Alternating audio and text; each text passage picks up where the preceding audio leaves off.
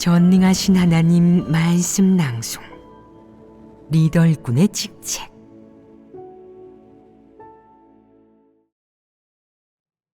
리더 일꾼의 직책 6. 오늘은 계속해서 리더 일꾼의 직책과 거짓 리더의 여러 가지 모습에 대해 교제하겠다. 지난번 예배 때는 리더 일꾼의 직책 제6조에 대해 교제했는데 주로 어떤 내용이었냐? 제6조는 각 부류에 적합한 인재를 발탁하고 양성하여 진리를 추구하는 사람이라면 모두 훈련의 기회를 얻고 되도록 빨리 진리 실제에 진입하도록 하는 것입니다.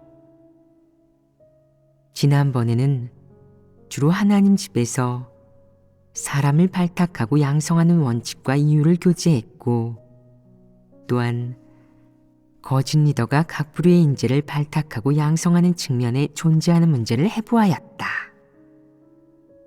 그렇다면 거짓 리더는 이 두 부분에서 주로 어떤 모습을 보이겠냐? 왜 그를 거짓 리더라고 하겠냐? 그게 두 가지 측면이 있다. 먼저 거짓 리더는 각 부류의 인재를 발탁하고 양성하고 쓰는 원칙을 이해하지 못하고 구하지도 않는다. 그는 리더 일꾼이 어떤 조건과 어떤 측면의 자질을 갖추는 것이 중요한지 알지도 못하면서 그저 자신의 관념과 상상에 따라 함부로 사람을 쓴다. 또 한 가지 심각한 문제는 이런 사람들을 발탁하고 양성하고 쓴 후 그들의 사역을 점검하거나 검토하지 않고 그들의 태도가 어떤지, 실제적인 사역을 하는지, 책임을 다하는지, 인품은 어떤지, 이행하는 본분이 그들에게 맞는지 알아보지 않으며, 또한 그는 자신이 발탁하고 양성하고 쓰는 사람들이 기준에 맞는지, 원칙에 부합하는지도 관심이 없다는 것이다. 이런 일들을 그는 전혀 검토하지 않는다. 거짓 리더는 사람을 발탁해서 사역을 안배하면 그것으로 그치고 자신의 책임을 다한 것이라고 생각한다. 그는 이런 식으로 사역하며 이는 그가 사역을 하는 태도이자 관점이기도 하다. 그렇다면 거짓 리더의 이 두 가지 주요 모습이 그가 사람을 발탁하고 양성하고 쓰는 사역에 책임을 다하지 않았고 또한 책임을 다할 수 없다는 사실을 방증하지 않겠느냐. 거짓 리더는 사역을 검토하지 않고 각 부류의 사람들을 관찰하지도 않으며 더군다나 진리와 원칙에 대해 진지하게 대하지 않으면서 자신이 깨달은 진리와 하나님 집에서 요구하는 원칙을 각 부류 사람들의 모습과 내적 상태에 대조해 보지도 않는다. 또 각 부류 사람들의 인성과 특기가 하나님 집에서 사람을 쓰는 요구 원칙에 부합하는지 분별하지도 못한다. 이 때문에 사람을 발탁하고 쓸 때나 사역을 안배할 때 특히나 어리석고 어설프며 늘 관념과 상상에 따라 형식만 갖추고 겉으로 보이는 일만 할 뿐이다. 이런 식인데 거짓 리더가 각 부류 사람의 인성이나 특기에 따라 그들을 합리적으로 알맞게 쓰는 것이 가능하겠느냐. 거짓 리더 부류의 자질이 어떤지는 우선 제쳐두고 사역을 대하는 태도와 사역 방식, 방법을 놓고 볼 때 그는 전혀 실제적인 사역을 하지 않고 사무사역, 표면적이고 얼굴을 내밀 수 있는 사역만 할 뿐 사람들에게 진리를 공급하는 사역은 전혀 하지 않고 진리로 문제를 해결할 줄도 모른다. 이로써 거짓 리더가 교회에 실제적인 사역을 할 수 없다는 사실이 충분히 증명된다. 실제적인 사역을 하지 않고 형제자매들 속에 깊이 들어가 실제적인 문제를 해결하지도 않으면서 높은 곳에서 명령만 내리는 것을 볼 때 거짓 리더는 하나님 집을 위해 사람을 발탁하고 양성하는 측면에서 교회의 각 측면 사역을 제대로 하지 못한다는 것을 확인할 수 있다. 제7조 각 부류 사람의 인성과 특기에 따라 각 부류의 사람을 합리적으로 배치하고 있어서 그 능력을 최대한 발휘할 수 있도록 한다. 1. 사람의 인성에 근거하여 각 부류의 사람을 합리적으로 쓴다. 각 부류 사람을 어떻게 안배하고 쓸 것인지 하는 문제를 너희는 어떻게 이해하고 있느냐? 하나님 집에서는 각 부류 사람을 발탁하고 양성하는 데 있어 서로 다른 요구 기준을 갖고 있습니다. 그러니 하나님 집에서 사람을 발탁하는 원칙과 기준에 맞춰 사람을 발탁하고 써야 합니다. 리더 일꾼에 적합한 사람이 있으면 리더 일꾼이나 책임자로 양성하고 특정 분야의 업무에 특기를 보이는 사람들이 있으면 그 업무 특기에 맞춰 그가 이행할 본분을 안배함으로써 합리적으로 배치하고 써야 합니다. 보충할 사람이 있느냐? 이 밖에 인성 측면에 근거하여 판단해야 합니다.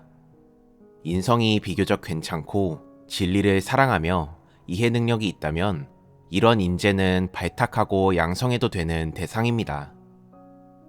인성은 보통이지만 특기가 있어서 하나님 집에서 본분을 이행하거나 봉사할 수 있다면 이 부류 역시 특기에 맞춰 적합한 본분을 안배함으로써 그 능력을 최대한 발휘할 수 있도록 해야 합니다. 한편 인성이 나쁜 편인데다가 방해와 교란을 일으킬 수 있는 사람이라면 이런 사람이 본분을 이행하면 득보다 실이 많으니 그에게 본분을 안배하는 것은 부적절합니다. 인성에 근거하여 구분한다면 악인이 아니고 방해와 교란을 일으키지 않으며 한 분야의 본분을 이행할 수만 있으면 하나님 집에서 사람을 쓴 원칙에 부합한다. 악인과 악령 외에 쓸 수 없는 또 한 부류는 지능이 온전치 못한 사람들이다. 그러니까 아무 일도 성사시키지 못하고 아무것도 이루지 못하며 업무를 배워도 익히지 못하고 간단한 사무적인 일도 못하는 데다가 힘쓰는 것도 안 되는 사람들이다. 지능과 인성이 모두 온전치 못한 이 부류는 쓸 수 없다. 어떤 사람들이 지능이 온전치 못한 자에 포함되겠느냐? 사람 말을 알아듣지 못하는 사람, 순수하고 바르게 이해하지 못하는 사람, 늘 오해하고 문제를 일으키고 동문서답하는 사람, 얼간이나 전응아 같은 사람 등이 모두 지능이 온전치 않은 자들이다.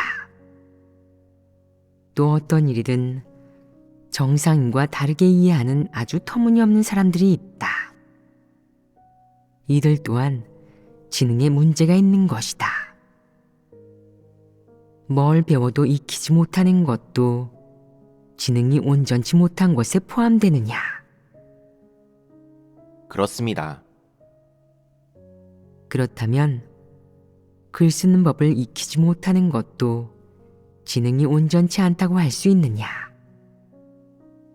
그런 사람은 여기에 해당하지 않는다. 노래와 춤, 컴퓨터 기술, 외국어를 배워도 익히지 못하는 건 역시 지능이 온전치 못한 것이라고 할 수 없다. 그렇다면 어떤 일을 익히지 못할 때 지능이 온전치 못하다고 하겠느냐?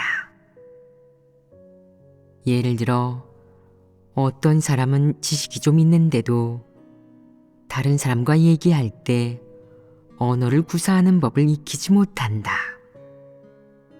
그렇다면 이런 부류가 하나님을 믿을 때 진리를 교제하고 기도하고 다른 사람과 정상적으로 교류할 수 있겠느냐? 마음속에 어떤 생각, 어떤 내적 상태가 있어서 사람들에게 솔직하게 얘기하고 해결할 길을 구하고 싶지만 여러 날을 고민해도 어디서부터 입을 떼야 할지, 어떻게 말해야 할지 알지 못한다. 그는 말만 하면 머리가 하얘지고 혼란스러워져서 입이 말을 듣지 않는 것 같고 생각이 뒤죽박죽된다. 예를 들어 내가 그에게 오늘 날씨가 정말 좋군요. 햇빛이 눈부시네요. 하면 그는 이렇게 대답한다. 어제 비가 와서 저쪽 도로에서 교통사고가 났어요. 그가 사람들과 나누는 대화는 궤도를 벗어난다. 이런 사람의 지능이 온전하겠느냐, 온전하지 않겠느냐. 온전하지 않습니다. 예를 들어 두통에 시달리는 그에게 내가 무슨 일이냐고 물으면 그는 심장이 좀 불편하다고 한다. 이것은 동문서답이 아니야. 이것이 바로 지능이 너무 낮은 것이다. 이런 사람은 너무나 많다. 너희가 예를 들어보아라. 어떤 사람은 질문에 답할 때 늘 엉뚱한 소리를 하며 상대가 뭘 물어보는지 전혀 이해하지 못합니다. 말할 때 늘 엉뚱한 소리를 하는 것은 지능이 온전치 않은 것이다. 또 어떤 사람은 말할 때 피하 구분을 못하고 가끔은 말하면서 자신을 팔아도 모른다. 이 또한 지능이 온전치 못한 것이다. 예를 들어 하나님을 믿지 않는 가족과 함께 사는 형제자매가 있다고 해보자. 가족이 그에게 묻는다. 너희 하나님은 너희에게 무엇을 하라고 하니? 그럼 그는 저희가 믿는 하나님은 정말 좋은 분이세요. 저희에게 정직한 사람이 되라고 가르치시고 누구에게도 거짓말하면 안 된다고, 정직하게 말해야 한다고 하시죠. 라고 대답한다.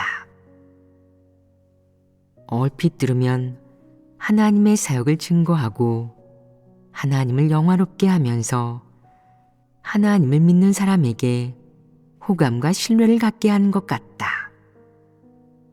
하지만 정말 그러하냐? 이방인은 이 말을 듣고 어떻게 말하겠느냐? 너희 하나님이 너희더러 정직한 사람이 되라고 했다면 한번 솔직히 말해봐. 너희 교회에는 돈이 얼마나 있어? 누가 헌금을 가장 많이 하니? 너희 교회 리더는 누구야? 예배 장소는 몇 곳이지? 당황해서 눈이 휘둥그레지지 않겠느냐? 이런 사람은 어디가 좀 모자란 것 아니겠느냐?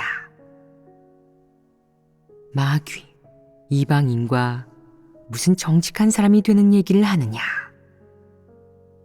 사실 너는 하나님 앞에서 그렇게 정직하다고 할 수 없다. 그렇다면 이방인과 그렇게 진지하게 따져보는 것은 자기를 파는 것 아니겠느냐? 이는 스스로 함정을 파고 자신을 해치는 것 아니겠느냐? 이런 자는 얼간이 아니겠느냐? 사람들과 솔직하게 마음을 나눌 때도 그렇고 사실을 말할 때도 그렇고 말하는 대상이 누구인지를 보아야 한다. 만약 마귀, 사탄이라면 그에게 실제 사정을 털어놓을 수 있겠느냐?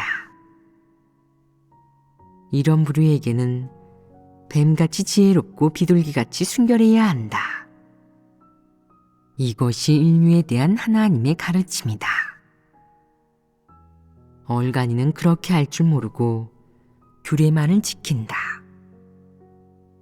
우리 하나님 믿는 사람들은 정직해서 누구도 속이지 않아요. 이방인인 당신들은 거짓말을 밥 먹듯이 하지만 우리는 사실만 말한다고요. 사실대로 말한 결과 남에게 약점을 잡힌다. 이는 피와 구별을 못하는 것 아니겠느냐. 나사가 풀린 것 아니겠느냐. 도리를 좀 깨달아도 어떻게 활용해야 할지 모른다. 구호만 좀 외치면 자기가 아주 영적이라 생각하고 또 자기가 진리를 깨달아 진리 실제가 생긴 줄 알고 여기저기서 과시하다가 결국 사탄 마귀에게 틈을 보여 꼬투리를 잡힌다. 이것이 바로 지능이 온전치 못한 것이다. 방금 지능이 온전치 못한 몇 가지 부류에 대해 설명했다. 한 부류는 사람이 하는 말을 알아듣지 못하고 상대가 하는 말의 중심 내용과 핵심을 이해하거나 파악하지 못한다. 또 다른 부류는 얼간이로 아무 일도 성사시키지 못하고 아무리 해도 원칙과 핵심을 파악하지 못한다. 또 한 부류는 어떤 일이든 편집적이고 그릇된 견해를 보인다. 이 밖에 또 한 부류는 무엇을 배워도 익히지 못한다. 심지어 말하고 대화하는 법조차 익히지 못하고 어떻게 말해야 자신의 생각과 관점을 남들이 이해하도록 명확하게 전달할 수 있는지도 모른다. 비록 글자는 어느 정도 알지만 머릿속으로 언어를 전혀 조직해내지 못하고 명확하게 얘기할 줄 모르며 올바른 관점을 표현하지 못하고 어떤 일도 성사시키지 못한다. 이런 자들이 다 지능이 온전치 못한 사람이다. 어떤 손재주나 기술을 배우든 늘 원칙과 규칙을 파악하지 못한다. 설령 제대로 할 때가 있어도 그것은 우연에 불과하며 어떻게 그렇게 했는지도 모르고 다음번에 잘하지 못하면 왜 그런지도 모른다. 그는 무엇을 배워도 익히지 못하고 정통하지 못한다. 손재주나 기술 업무를 배우게 하면 아무리 오랫동안 배워도 그저 이론만 파악할 뿐이다. 또 설교를 아무리 오래 들어도 진리를 깨닫지 못했다. 하나님 집에서 늘 교제하는 이런 말씀이나 구체적인 내용을 일종의 원칙이나 실행의 길이 되게 하라고 하면 아무리 노력해도 해내지 못하고 아무리 가르쳐도 해내지 못한다. 이로써 이런 사람은 지능이 온전치 못하다는 사실이 확정된다. 어떤 사람은 30살 때 한 가지 일에서 어떤 결과를 얻었는데 50살, 60살에 같은 일을 해도 그 결과가 똑같다. 전혀 발전이 없고 평생 일 하나도 제대로 익히지 못한다. 허송세월을 한 것도 아니고 마음을 쓰며 열심히 하는데도 마찬가지다. 이것이 바로 지능이 온전치 못한 것이다. 이렇게 교제하니 지능이 온전치 못한 범위가 또 커지지 않았느냐. 너희는 지능이 온전치 못하다고 할 수 있느냐. 많든 적든 그런 면이 있을 것이다. 왜 이렇게 말하겠느냐. 많은 사람이 설교를 5년 들어도 무엇이 진리인지 깨닫지 못하고 하나님 뜻을 깨닫지 못한다. 어떤 사람은 10년, 심지어 20년, 30년을 들어도 무엇이 진리 실제이고 무엇이 글귀와 도리인지 모른 채 입만 열었다 하면 도리를 잘도 늘어놓는다. 이것이 바로 지능에 문제가 있는 것이다. 진리에 대한 이해는 차치하고 사람이 일부 외부적인 일, 그리고 인간 생활의 상식 측면의 일에 대해 보이는 모습을 말하자면 모두 이러하다. 어떤 일을 몇 년을 하든 처음 배울 때와 같은 상황, 같은 내적 상태, 같은 인지 수준에 머물며 다른 사람이 아무리 지도하고 가르쳐도 본인이 아무리 실천해도 아무런 발전이 없다. 이것이 바로 지능이 온전치 못한 것이다. 인성 유무를 기준으로 사람을 선발하고 쓰는 것은 원칙에 부합한다. 그렇다면 말해보아라. 인성이 좋지 않고 지능이 온전치 못하거나 악령 역사가 있는 이런 사람들을 양성하고 써야겠느냐? 이것은 절대 안 될 일이다.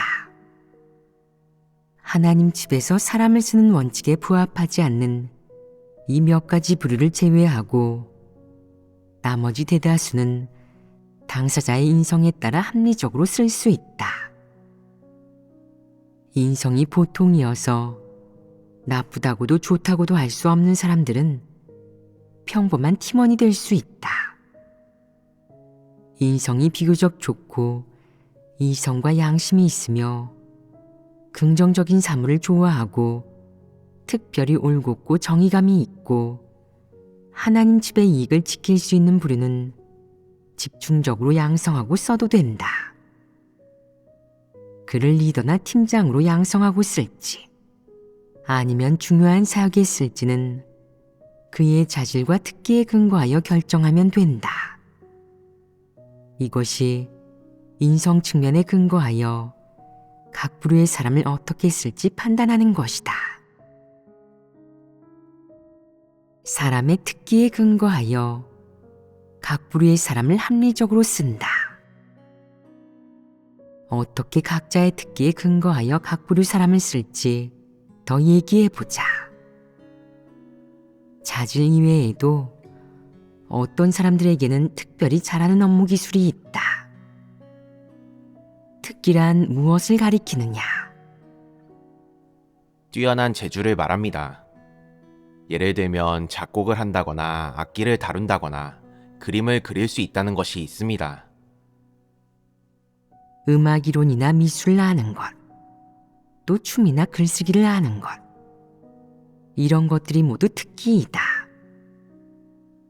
연기나 감독은 영화 분야의 특기이고 통번역은 언어 분야의 특기이며 동영상 제작이나 특수효과 역시 한 분야의 특기이다. 우리가 말하는 특기는 모두 교회의 중심 사역과 관련된 업무 기술 분야의 능력을 말한다. 어떤 사람들은 어느 정도 기초가 있고 어떤 사람들은 후천적으로 배운 것이다. 만약 기초가 있는 사람이 인성이 기준에 맞지 않고 지능이 온전치 못한 자, 악인, 악령 등 몇 가지에 해당한다면 써서는 안 된다. 반면 인성이 기준에 맞고 하나님 집에 필요한 어떤 한 분야의 특기도 갖추고 있다면 발탁하고 양성하고 쓸 수 있다. 그의 특기에 적합하거나 그가 갖춘 업무 기술과 관련된 팀의 안배해서 얼른 사역에 투입시키면 된다. 아직 어떤 한 분야의 업무 특기는 갖추지 못했지만 배우기를 원하고 또 빨리 배우는 사람이 있다. 만약 그의 인성이 기준에 맞다면 하나님 집에서는 그를 양성하는 한편 그에게 여건을 조성해 주어 배우게 해도 된다. 이런 사람 역시 쓸 수 있다.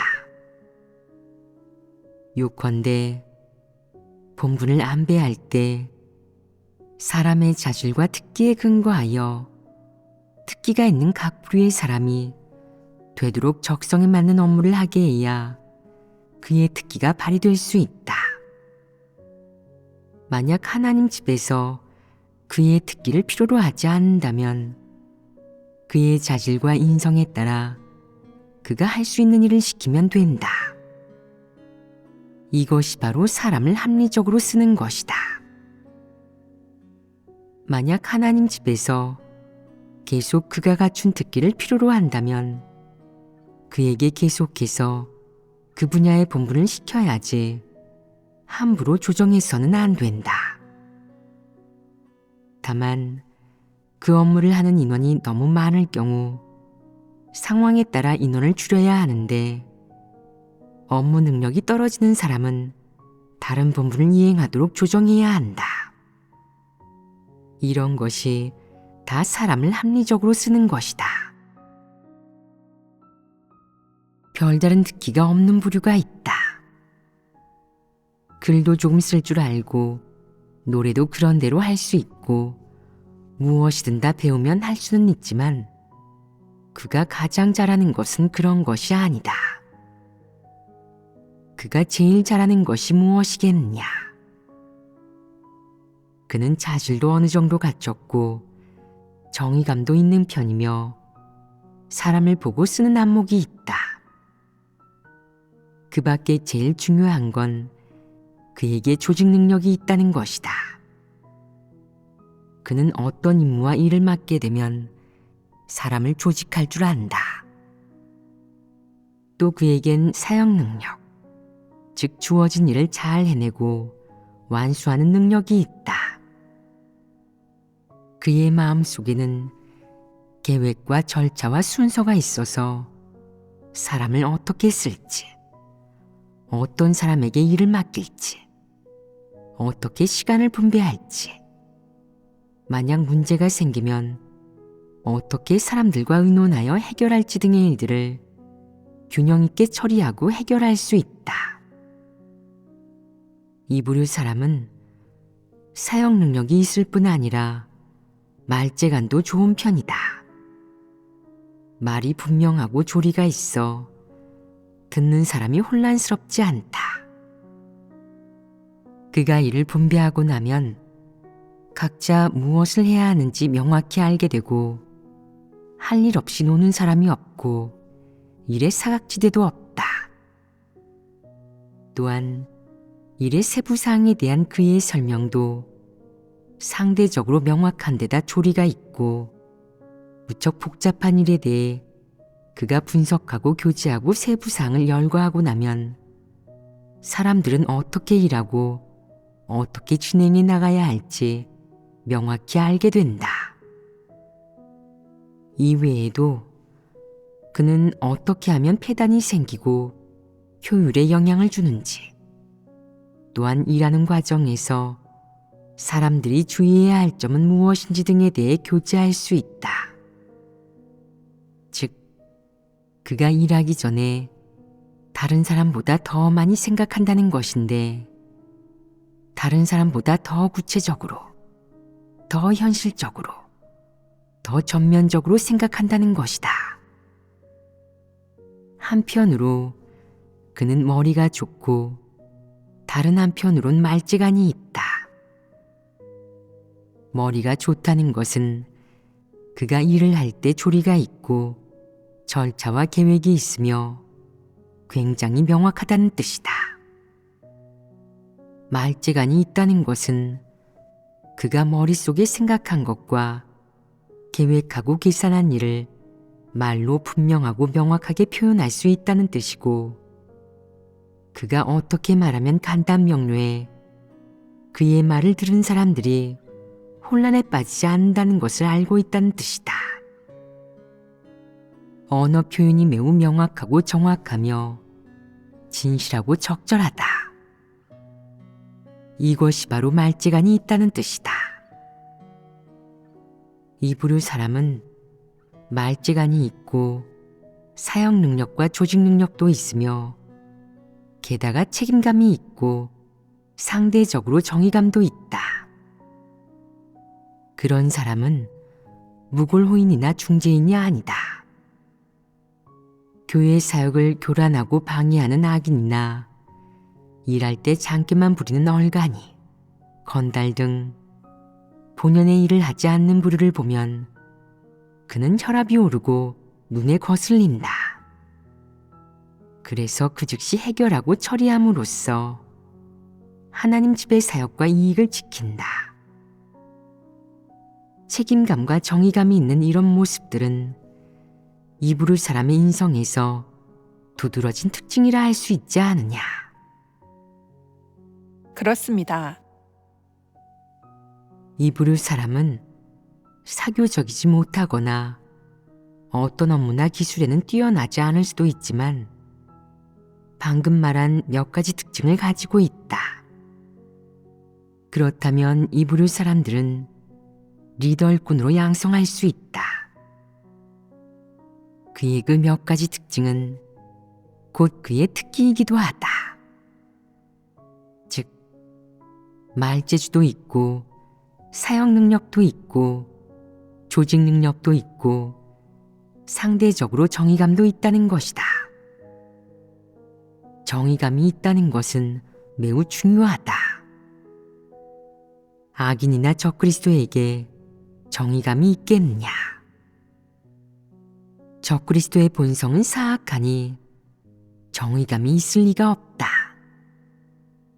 또 한 가지 중요한 점이 있는데 바로 이 부류는 영적인 이해력과 진리에 대한 이해 능력이 있다는 것이다. 이것은 그의 자질과 관련된 부분이다. 이 부류 사람들의 특기는 방금 언급한 그 몇 가지 인성적 특징과 능력이 있으며 거기에 더해 진리에 대한 이해 능력이 있고 교회에 부담이 있으며 사역 능력이 있다는 세 가지 기준이 추가된 것을 가리킨다. 이런 사람은 리더로 양성해도 되며 그것은 문제가 없다. 리더가 되려면 두뇌와 자질 외에도 진리에 대한 이해 능력이 있어야 하고 사역할 때 조직 능력과 사역 능력을 갖춰야 하며 말재주가 있어야 한다. 자질이 꽤 뛰어나고 영적인 이해력도 있지만 예배 자리에서 교제할 때 말을 엉망으로 하고 언어 구사 능력과 논리력이 전혀 없는 사람이 있다.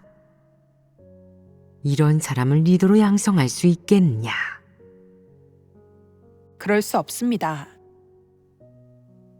어떤 사람은 그래도 소수의 사람들과는 간신히 얘기할 수 있다.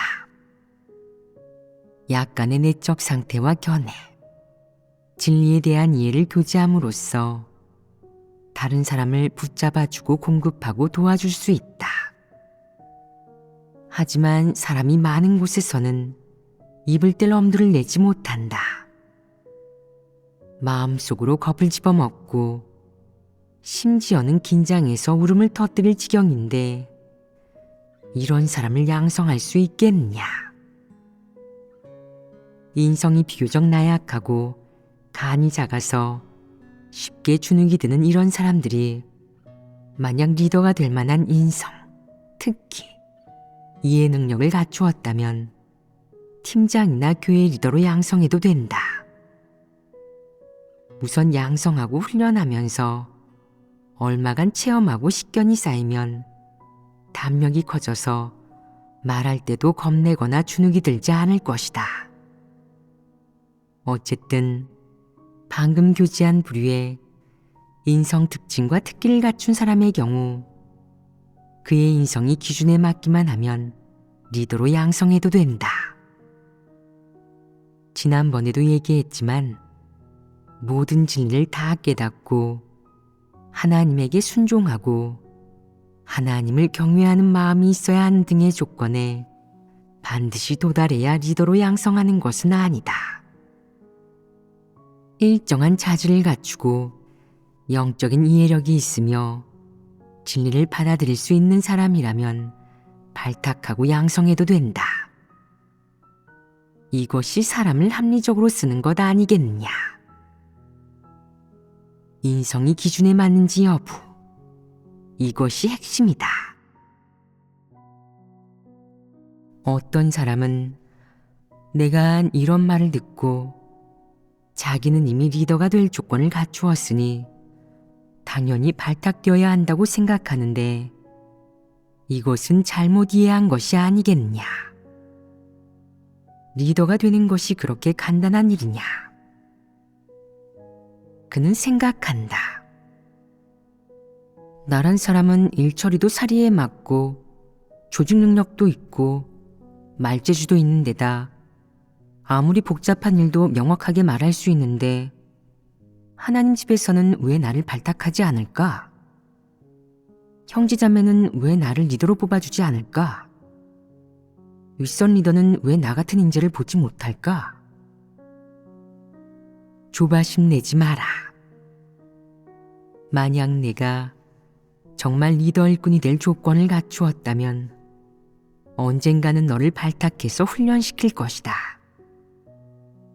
지금 가장 중요한 것은 내가 진리를 실행하는 훈련과 원칙대로 일을 처리하는 훈련을 많이 하고 적극적이고 능동적으로 다른 사람을 돕고 하나님 선민들에게 실제적인 문제를 해결해 주는 것이다. 하나님 선민들은 내가 자질이 좋고 실제적인 문제를 해결할 수 있다는 것을 알면 너를 추천하고 선출할 것이다. 내가 만약 실제적인 사역은 적극적으로 하지 않으면서 어느 날 갑자기 리더로 선출되거나 상부에 의해 이례적으로 발탁되기를 기다린다면 이런 일은 불가능하다. 너는 반드시 실제적인 사역을 좀 해서 사람들이 볼 수 있게 해야 한다. 모두가 내 특기를 보고 내가 발탁되고 양성되고 쓰임받아야 할 사람이라고 생각하면 자연스럽게 너를 추천하고 선출할 것이다. 만약 내가 지금 스스로가 리더가 되기에 적합하다고 생각하더라도 너를 뽑아주는 사람이 없고 하나님 집에서도 너를 발탁하지 않는다면 그건 어찌 된 일이냐. 한 가지는 분명하다. 형제자매의 눈에 너는 여전히 인정받을 수가 없다는 것이다. 내 인성이 될 수도 있고 내 추구가 될 수도 있고 내 특기와 자질이 될 수도 있다. 이 몇 가지 중 형제자매들이 인정하지 않고 찬성하지 않는 게 하나라도 있으면 그들은 너를 선출하거나 추천하지 않을 것이다. 그러면 너는 계속 노력하고 끊임없이 추구하고 훈련해야 하며 정말로 진리를 깨닫고 원칙에 따라 일을 처리할 수 있을 때 자연스레 너를 추천하고 선출하는 사람이 있을 것이다. 이것은 때가 되면 자연히 이루어지는 일이다. 항상 리더가 되기를 기대하거나 생각할 필요는 없다. 그것은 사치스러운 욕망이다. 너는 평정심을 가져야 하고 진리를 추구하는 사람이 되어야 하고 하나님 마음을 헤아릴 수 있어야 하고 순종하고 인내하는 법을 배워야 한다. 또한 무턱대고 리더가 되기를 추구해서는 안 된다. 그것은 야심이고 그 길은 바른 길이 아니며 그런 야심과 욕망을 계속 지니고 있어서는 안 된다. 설령 내게 정말 자질이 있더라도 진리 실제에 진입해야 리더일꾼의 역할을 감당할 수 있다. 만약 내가 진리를 깨닫지 못하고 실행할 줄 모른다면 리더일꾼으로 선출되더라도 실제적인 사역을 하지 못해서 역시 교체되고 도태되기 마련이다. 이것은 흔히 볼 수 있는 일이다. 만약 스스로가 리더를 맡기에 적합하고 리더가 될 능력과 자질, 인성을 갖췄다고 생각하는데 하나님 집에서 너를 발탁해주지 않고 형제자매도 너를 뽑아주지 않는다면 이를 어떻게 대해야 하겠느냐. 여기에도 실행의 길이 있는데 너는 자신을 잘 인식해야 한다. 내가 과연 인성면에 문제가 있는 것인지, 아니면 어떤 패괴의 성품을 드러내서 사람으로 하여금 혐오감을 자아내게 하는 것인지, 스스로가 진리 실제를 갖추지 않아서 사람들이 인정하지 않는 것인지, 아니면 본분 이행이 기준에 미치지 못한 것인지 살펴야 한다. 이 몇 가지 측면을 모두 성찰해보고 과연 본인이 어디가 부족한지 살펴야 한다. 일정 기간 반성해서 자신이 어느 측면에 문제가 있는지 알게 되면 서둘러 진리를 구해 해결하고 진리 실제에 진입해서 변화하고 성장하려고 노력하는 모습을 보여줘야 한다. 그래서 주변 사람들 입에서 이런 말이 나오게 해야 한다. 요즘 저 사람은 전보다 훨씬 나아졌어요. 사역도 착실하게 하고 업무도 진지하게 대하고 진리 원칙도 무척 중시하죠. 일할 때도 경솔하지 않고 건성으로 임하지도 않아요. 사역도 전보다 진지하고 책임감 있게 대하고 말이에요. 전에는 허풍도 잘 치고 항상 자기 자랑만 했지만 지금은 많이 진중해지고 건방 떨지도 않죠. 일을 좀 할 수 있어도 떠벌리지도 않고 다 끝낸 일도 실수가 있을까봐 반복해서 검토하고요. 일하는 것도 전보다 신중해졌고 하나님을 경외하는 마음도 생겼어요. 뭐니 해도 진리를 교제해서 일부 문제를 해결하기도 하니 확실히 발전했어요. 주변 사람들이 한동안 너와 함께 지내면서 너에게서 확실한 변화와 성장을 발견하고 인간 생활과 처세, 사역을 대하는 태도나 진리 원칙을 대하는 면에서 모두 전보다 노력하고 언행도 빈틈없고 신중해진 것을 형제자매들이 눈여겨보고 마음에 기억해 둔다면 다음번 선거 때 너는 후보자가 될 수 있을 것이고 리더로 당선될 희망이 생길 것이다. 만약 정말 중요한 본분을 조금 할 수 있게 되면 하나님의 축복을 받을 것이다. 내가 정말 짐을 짊어지려는 부담과 그런 책임감이 있다면 되도록 빨리 훈련해라. 진리 실행에 집중해서 원칙대로 일을 처리할 수 있도록 해라. 생명체험이 생겨서 간증문을 쓸 수 있게 된다면 정말 발전한 것이고 하나님을 위해 증거할 수 있으면 분명 성령의 역사를 얻을 것이다. 성령이 역사한다는 것은 하나님이 너를 마음에 들어 한다는 것이고 성령이 너를 이끌면 기회는 곧 찾아올 것이다. 지금 너는 부담을 가지고는 있지만 분량이 충분하지 않고 생명체험도 너무 얕아 설령 리더가 된다 해도 실패하기 십상이다.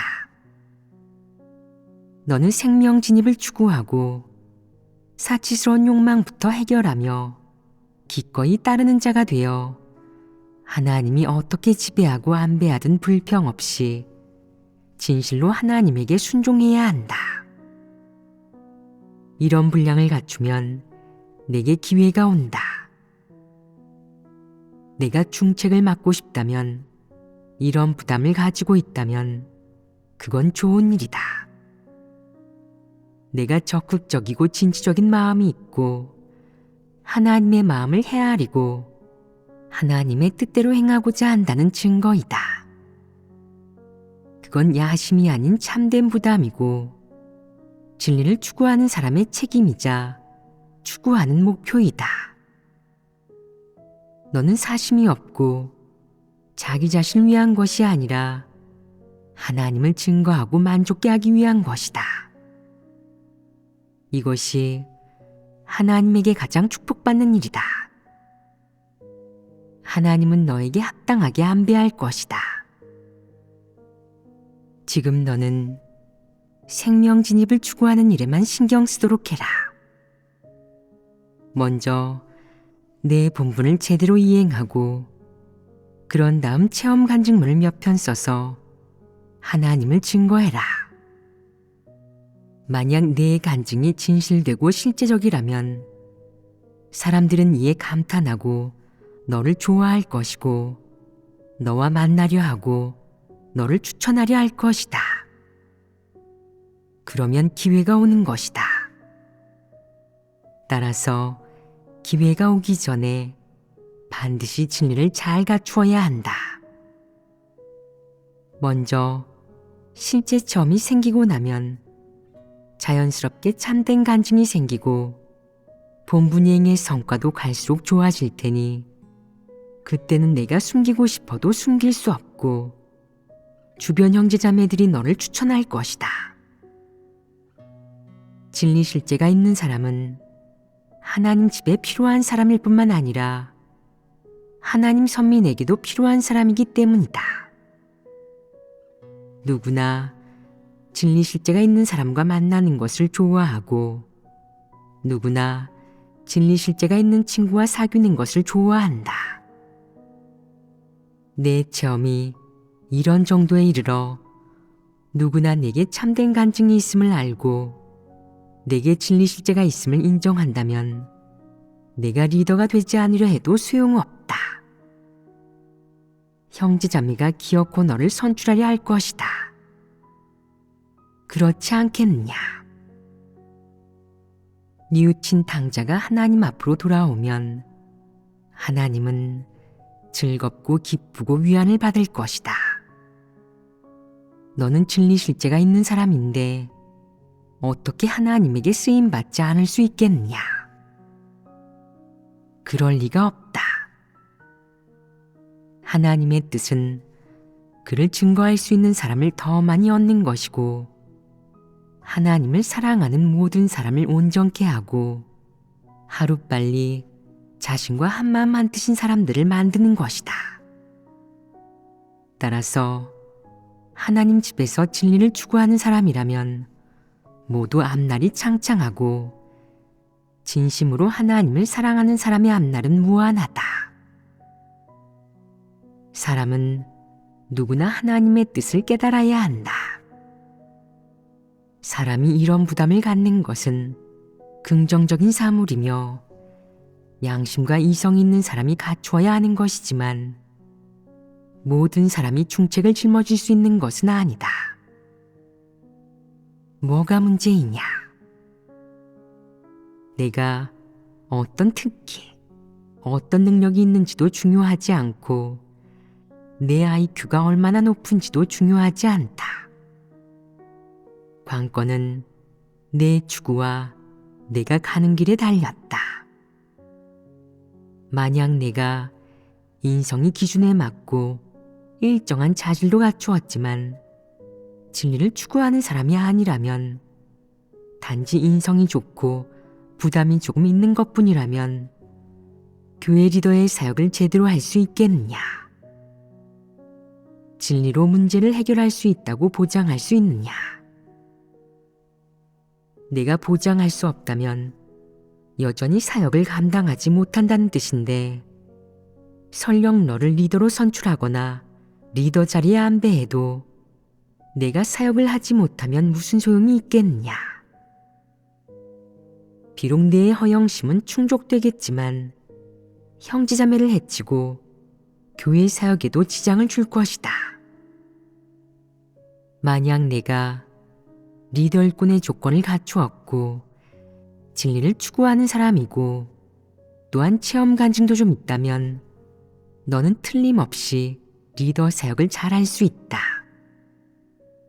내가 체험 간증이 있고 진리를 깨달은 사람이고 교회 리더라는 중책을 감당할 수 있기 때문이다. 내 인성이 기준에 맞고 또한 일정한 특기를 갖추고 있다면 이는 단지 하나님 집에서 선발하고 양성하고 쓰는 기본 조건을 갖춘 것일 뿐이다. 하지만 내가 리더 사역을 잘할지 말지는 내게 참된 점이 있는지, 진리 실제가 있는지에 달렸다. 이것이 가장 중요하다. 옳은 사람이고 진리를 추구하지만 겨우 3년에서 5년 믿어서 아직 실제 점이 없는 사람이라면 이런 사람이 교회 리더 사역을 잘할 수 있겠느냐? 아마 감당할 수 없을 것이다. 그렇다면 그는 어디가 부족한 것이냐? 바로 실제 점이 부족하고 아직 진리를 깨달은 수준에 이르지 못한 것이다. 설령 많은 글귀와 도리를 얘기할 줄 안다 해도 진리로 문제를 해결하는 성과를 내지 못한다. 그러니 아직은 리더 사역을 감당할 수 없고 계속된 훈련을 통해 진리를 깨닫고 진리 실제에 진입해야 한다. 예를 들어 어떤 사람이 인성도 기준에 맞고 꽤 정직하고 거짓말과 속임수도 적고 본분 이행에도 교란과 방해가 없지만 진리 추구 방면에서 다소 부족한 편이라고 할 때 이런 사람을 리더 일꾼으로 양성할 수 있느냐? 그렇게 하기는 어렵다. 발탁되고 양성되고 쓰임받는 조건을 갖추었지만 진리를 추구하지 않는 어떤 사람이 리더 일꾼으로 발탁되면 그가 진리를 추구하는 사람이 될 수 있겠느냐? 진리를 추구하기 시작하겠느냐? 일정 기간 리더 일꾼을 하면 진리 실제에 진입할 수 있겠느냐? 그건 불가능하다.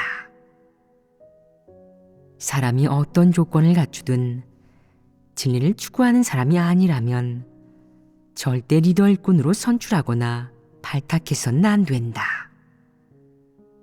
만약 한 사람이 기준에 맞는 인성과 자질을 갖추기도 했고 또 진리를 받아들여 변화가 조금 생겼다면 발탁하고 양성하고 써도 된다.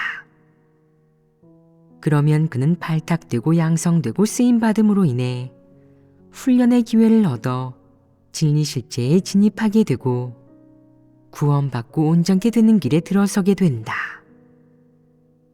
따라서 하나님 집에서 누구를 리더 일꾼이나 책임자로 발탁하든 그 목적은 내 사적인 욕망과 야심을 충족시키는 것도 아니고 내 이상을 충족시키는 것도 아니라 너를 구원의 길에 들어서게 하고 온전케 된 사람으로 만들려는 것이다.